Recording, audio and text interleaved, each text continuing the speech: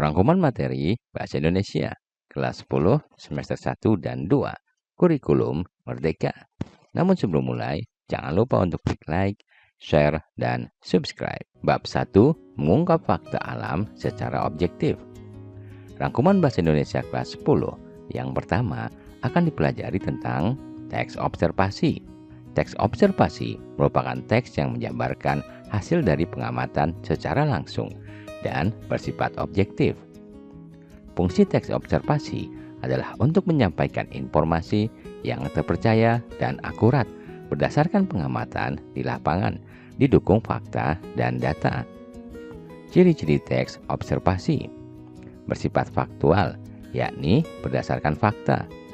Bersifat aktual, yakni kekinian. Setiap bab di dalam teks observasi saling berkesinambungan. Bersifat global, universal, dan objektif. Informasi yang disajikan tidak berdasar prasangka.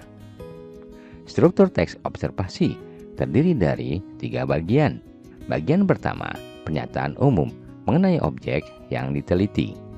Bagian kedua, deskripsi bagian, memuat observasi dan rincian penelitian. Bagian ketiga adalah kesimpulan. Kaidah kebahasaan teks observasi. Kalimatnya simpel, yang digunakan memiliki satu struktur kalimat. Kalimat kompleks yang digunakan mempunyai lebih dari satu verba atau satu predikat. Menggunakan kata hubung sederajat seperti supaya, dan, atau, dan lainnya. Menggunakan kata kerja dan frasa verba yang menunjukkan perbuatan. Bab 2, mengungkapkan kritik lewat humor. Teks anekdot merupakan teks yang berisi cerita dan kisah lucu jenaka dengan mengangkat nilai kearifan hidup maupun kisah yang tidak masuk akal. Makna tersirat dalam teks anekdot untuk menyindir atau mengkritik sebagai fungsi sosial. Ciri-ciri teks anekdot: cerita lucu dan jenaka yang bersifat menghibur, mengandung unsur-unsur sindiran dan kritikan. Tokoh yang diceritakan adalah tokoh penting.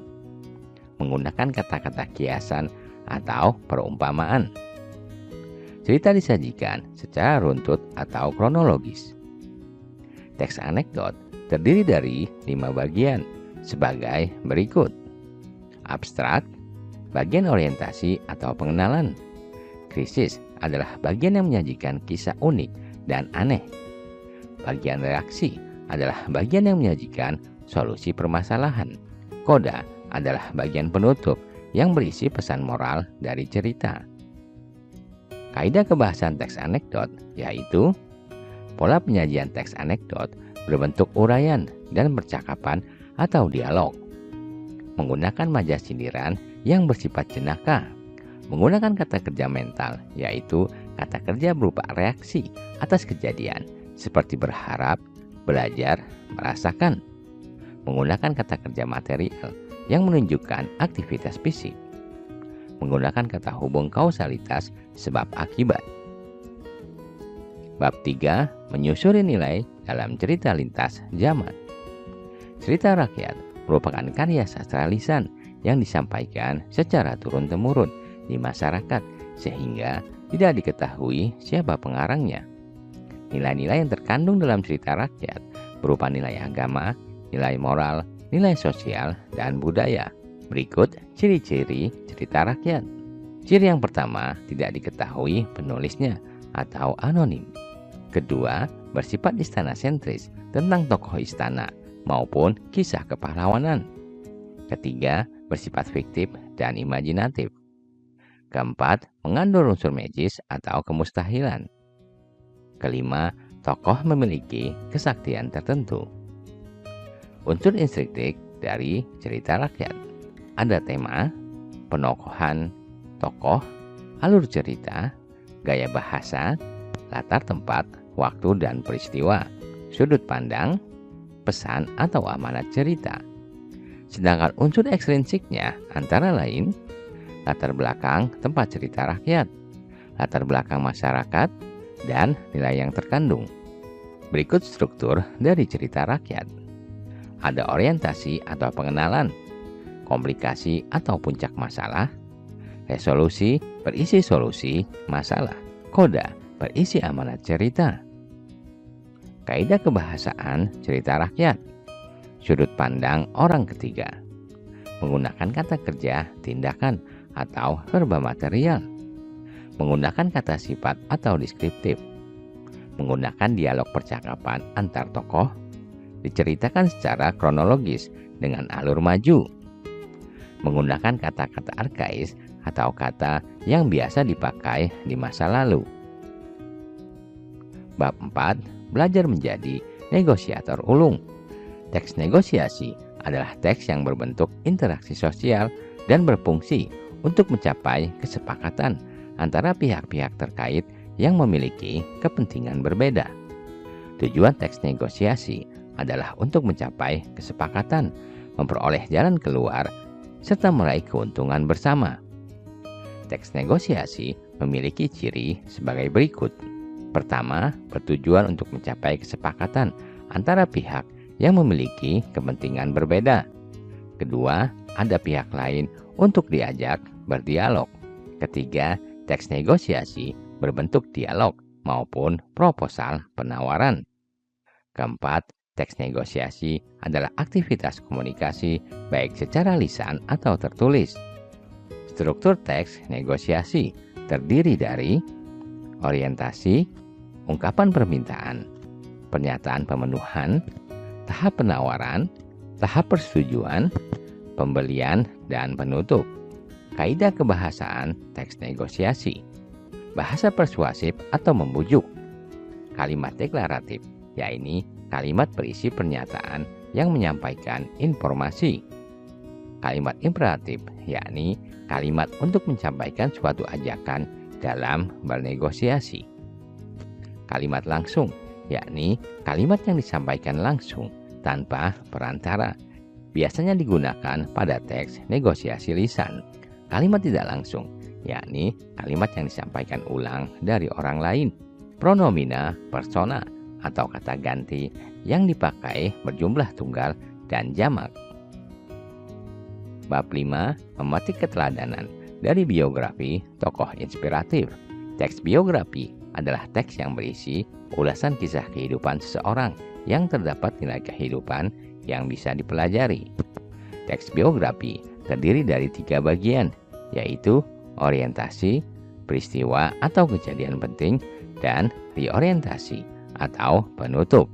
Ciri teks biografi menceritakan pengalaman hidup seseorang berupa fakta. Teks biografi berbentuk narasi.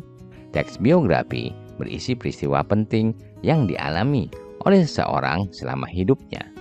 Di dalam teks biografi terdapat motivasi, inspirasi, maupun pelajaran yang bisa diambil. Kaidah kebahasaan dalam teks biografi menggunakan pronomina atau kata ganti orang ketiga seperti beliau dan dia. Memakai kata kerja material atau tindakan seperti menulis, berjalan, dan belajar. Terdapat kata hubung atau konjungsi yang terkait dengan waktu. Teks biografi memakai kata kerja mental seperti menyayangi, menyukai, memahami. Menggunakan kalimat deskriptif dengan kata sifat yang menjelaskan tokoh secara detail. Bab 6.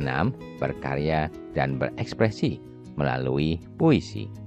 Puisi adalah karya sastra yang umumnya terikat unsur seperti baris dan rima, bait dan irama, dan mantra untuk menyampaikan perasaan dan pemikiran penulis.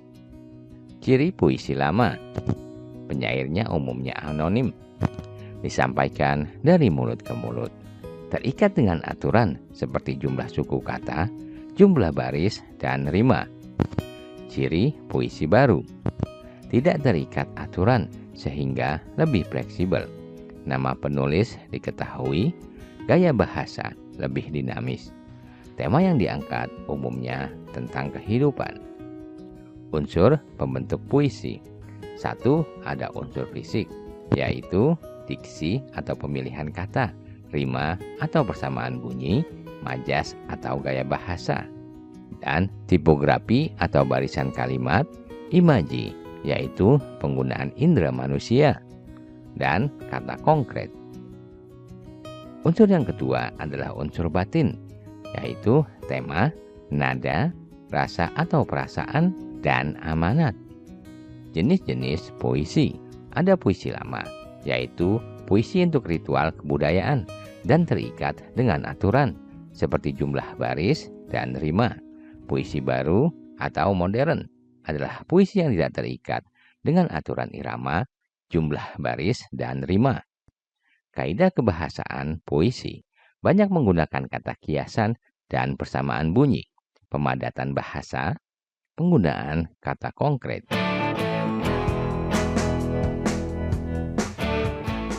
Terima kasih telah menyaksikan video ini. Semoga bermanfaat. Sampai jumpa di video lainnya. Jangan lupa untuk klik like, share, dan subscribe.